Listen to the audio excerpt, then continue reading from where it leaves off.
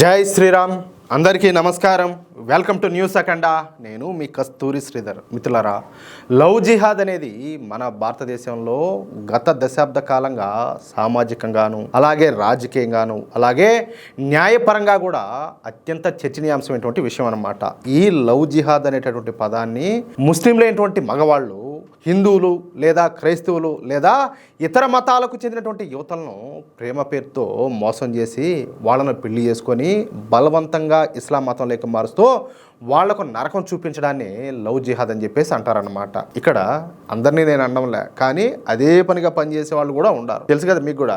అంటే ప్రేమ పేరుతో ఉద్దేశపూర్వకంగా హిందూ అమ్మాయిలను లోపరుచుకొని వాళ్ళను పెళ్లి చేసుకొని పిల్లలను కానీ ఆ తర్వాత వాళ్ళను మతం మార్చి ఇక వాళ్ళ కర్మానికి వాళ్ళైతే వదిలేస్తారు. ప్రేమ అనేది కేవలం ఇక్కడ ఒక ముసుగు మాత్రమే.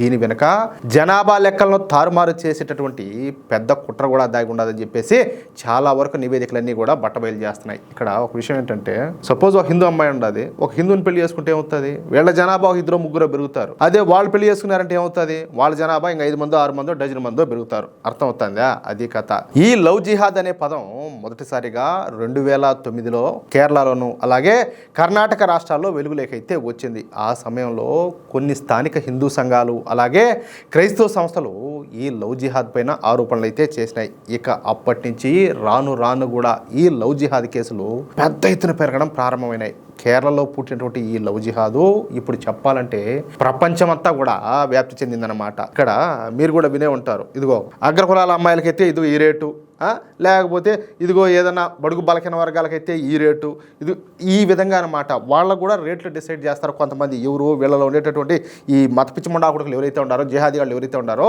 ఈ ముస్లిం అబ్బాయిలకు వాళ్ళందరికీ కూడా మైండ్ వాష్ చేసి ఇదిగో నువ్వు ఆ అమ్మాయిని పటాయించినావంటే ఆ అమ్మాయికి అయితే ఇంత డబ్బులు ఇస్తాం, ఈ అమ్మాయికి అయితే ఇంత డబ్బులు ఇస్తాం అని చెప్పేసి ఈ విధంగా వాళ్ళను అమ్మాయిల మీదకి ఊసుగొలుపుతారనమాట. ఇప్పుడు ద కేరళ స్టోరీ 2 అని చెప్పి ఒకటి వచ్చింది. మీరు చూసారో లేదో, కళ్ళకు గట్టినట్టు చూపించారు. మామూలు కూడా కాదు, ఎంత దారుణం జరుగుతుందో. ఈ లవ్ జిహాద్ విషయంలో ఎన్ని దారుణాలు జరుగుతున్నాయో అంత భయంకరంగా చూపించారు. అసలు చూడాలంటేనే పిచ్చెక్కిపోతా ఉందన్నమాట. ఆ విధంగా ఉండాలి. ఒక్క కేరళ రాష్ట్రంలోనే ఇప్పటి వరకు ఈ విధంగా 30,000 లవ్ జిహాద్ కేసులు వచ్చినాయంటే పరిస్థితులు ఎంత తీవ్రంగా ఉన్నాయో మనం అందరం కూడా అర్థం చేసుకోవచ్చు. అయితే 2014 ముందు వరకు ఈ లవ్ జిహాద్ ను ఎవరు కూడా పట్టించుకున్న పాపాన్ని అయితే పోలా. ఎందుకంటే అప్పుడు పైన కేంద్రంలో ఉన్నది కాంగ్రెస్ ప్రభుత్వం కదా. అయితే 2014లో మన దేశంలో నరేంద్ర మోడీ గారి ప్రభుత్వం వచ్చింది. ఇక అప్పటి నుంచి కేంద్ర ప్రభుత్వం కూడా ఈ లవ్ జిహాద్ గురించి పెద్ద ఎత్తున ప్రచారం చేయడం మొదలుపెట్టింది. అమాయకులైనటువంటి ఆడపిల్లలు మోసపోకుండా చూసేందుకు కేంద్ర ప్రభుత్వం తన బాధ్యతగా ఈ విషయాలన్నింటినీ కూడా వెలుగులోకి తీసుకొచ్చిందనమాట. ఇక అప్పటి నుంచి మన దేశంలో, అది కూడా ముఖ్యంగా బీజేపీ పాలిత రాష్ట్రాలు ఈ లవ్ జిహాద్కు వ్యతిరేకంగా కఠినమైన చట్టాలను అయితే తీసుకొచ్చినాయి. ప్రస్తుతం మన దేశంలోని సుమారు 12 రాష్ట్రాల్లో ఇటువంటి చట్టాలన్నీ కూడా అమల్లో ఉన్నాయి. అందుకే ఇలాంటి మోసపూరిత మత మార్పిళ్లకు అడ్డుకట్ట వేయడానికి ఉత్తరప్రదేశ్ ప్రభుత్వం నడుం బిగించింది. 2021లోనే లవ్ జిహాద్ చట్టాన్ని తెచ్చినటువంటి యూపీ సర్కారు 2024లో దాన్ని మరింత కఠినతరం చేసిందనమాట. ఇప్పుడు ఎవరైనా మోసాలకు పాల్పడితే వాళ్ళకి జీవిత ఖైదు గ్యారెంటీ అనమాట. లైఫ్ అంతే, తీసుకుపోయి లోపల దొబ్బుతారు, ఇంకంతే. సెప్టెంబర్ 2025లో రాజస్థాన్ ప్రభుత్వం కొత్త చట్టం అయితే తెచ్చింది. ఆడపిల్లలను లేదా మైనర్లను టార్గెట్ చేసి మత మార్పిడికి పాల్పడితే 20 ఏళ్ల వరకు జైలు శిక్షతో పాటు 10 లక్షల రూపాయల జరిమానా కట్టాల్సిందేనమాట. ఇక జేబు ఖాళీ అవడమే కాదు, జీవితం అంతా కూడా జైలు పాలైపోతుంది. రాజస్థాన్ ప్రభుత్వం ఇటువంటి నిర్ణయం అయితే తీసుకునింది. చాలా బాగుంది కదా. ఇక మార్చి 5వ తేదీన అంటే నిన్ననే మహారాష్ట్ర కేబినెట్ కూడా గ్రీన్ సిగ్నల్ అయితే ఇచ్చేసిందనమాట. బలవంతపు పెళ్లిళ్ళు అలాగే అక్రమ మత మార్పిడిని అడ్డుకోవడానికి 7 ఏళ్ల జైలు శిక్ష విధించే విధంగా కొత్త బిల్లును అయితే సిద్ధం చేసిందనమాట. ఇక అస్సాం ప్రభుత్వం కూడా ఏ మాత్రం తగ్గడంలే. అందులోనూ ఆయన హిమంత బిశ్వ శర్మ కదా, ఎందుకంటే ఆడవాళ్లకు ఆ సెగ ఎక్కువ ఉంటుంది. దానివల్ల ఏంటంటే ఈ అక్రమ మత మార్పిడి చేస్తే ఏకంగా జీవిత ఖైదు విధించేలాగా చట్టాన్ని అయితే రెడీ చేశారు. కేవలం ఇవే కాదు, ఉత్తరాఖండ్, మధ్యప్రదేశ్, హిమాచల్ ప్రదేశ్, గుజరాత్, హర్యానా, కర్ణాటక, జార్ఖండ్, ఛత్తీస్గఢ్, ఒరిస్సా, ఈ విధంగా అన్ని రాష్ట్రాల్లో కూడా ఇటువంటి చట్టాలు అయితే ఉన్నాయి. అయితే ఈ లవ్ జిహాద్కు స్ట్రాంగ్ కౌంటర్గా ఒక కొత్త ఆలోచనను శ్రీరామ్ సేన అయితే బయటికి తీసుకొచ్చింది. అదేందో అంటారు చూడు, ముళ్ళుతోనే తీయాలన్నట్టు ఆ విధంగా ఉంటుంది అనమాట ఈ ఆలోచన. మీకు అర్థం అవుతుంది వింటే. కర్ణాటకలో శ్రీరామ్ సేన చాలా బలంగా ఉంటుంది అనమాట. ఈ శ్రీరామ్ సేన అధ్యక్షుడి పేరు వచ్చేసి ప్రమోద్ ముతాలిక్. ఇక మొన్న ప్రమోద్ ముతాలిక్ గారు మాట్లాడుతా లవ్ జిహాద్కు ధీటుగా బదులిచ్చేందుకు హిందూ యువకులు ముస్లిం యువతలకు వలవేయాలని చెప్పేసి ఈ శ్రీరామ్ సేన చీఫ్ అయినటువంటి ప్రమోద్ ముతాలిక్ పిలుపునిచ్చాడనమాట. అంటే కొంతమందికి ఇది వివాదాస్పదంగా అనిపించవచ్చు. అంటే మా బిడ్డలను మోసం చేసి ఎత్తుకొని పెళ్లిళ్ళు చేసుకొని మతం మారిస్తే పర్వాలేదు అన్నట్టు ఆయన మాట్లాడడం అనమాట.